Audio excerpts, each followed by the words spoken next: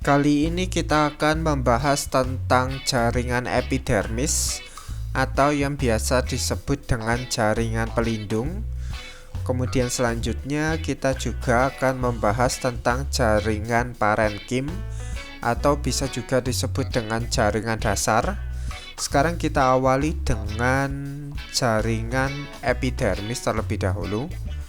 Jaringan epidermis merupakan lapisan sel yang berada di bagian paling luar. Jaringan ini biasanya ditemukan pada permukaan organ-organ tumbuhan seperti akar, daun, batang, dan bunga.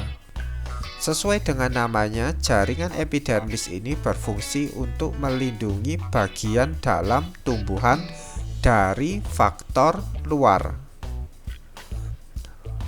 Oleh karena itu, jaringan ini tersusun atas sel-sel yang rapat. Nah, ini adalah gambar dari jaringan epidermis. Selanjutnya, sel-sel pada jaringan epidermis itu dapat berkembang menjadi alat-alat tambahan lain yang berbeda bentuk dan fungsinya. Contoh bentuk lain dari epidermis yaitu mulut daun dan trikoma. Mulut daun ini juga bisa disebut dengan stomata.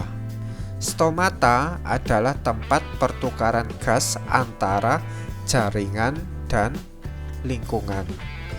Stomata ini terdiri atas sepasang sel penjaga dan penutup. Sel-sel tersebut dapat membesar dan memipih sebagai akibat perubahan kandungan air di dalamnya. Selanjutnya adalah trikoma. Pada daun, trikoma itu berfungsi sebagai tempat mengurangi penguapan. Kemudian pada akar, itu trikoma berfungsi sebagai penyerapan air dan garam mineral. Selanjutnya kita masuk ke poin yang kedua, yaitu jaringan parenkim atau jaringan dasar. Di sini bisa kita baca, sel-sel parenkim itu memiliki dinding yang tipis dengan ruang antar sel yang besar. Jaringan parenkim disebut dengan jaringan dasar karena hampir terdapat di setiap bagian tumbuhan. Jaringan parenkim ini dapat ditemukan pada batang, akar, dan daun. Jaringan parenkim itu terletak di antara epidermis dan pembuluh angkut, serta terletak di empulur batang. Pada daun, jaringan parenkim berada pada mesofil daun. Jaringan ini dapat berdiferensiasi menjadi jaringan tiang dan jaringan bunga karang. Oleh karena itu, jaringan parenkim itu memiliki fungsi sebagai tempat berlangsungnya fotosintesis.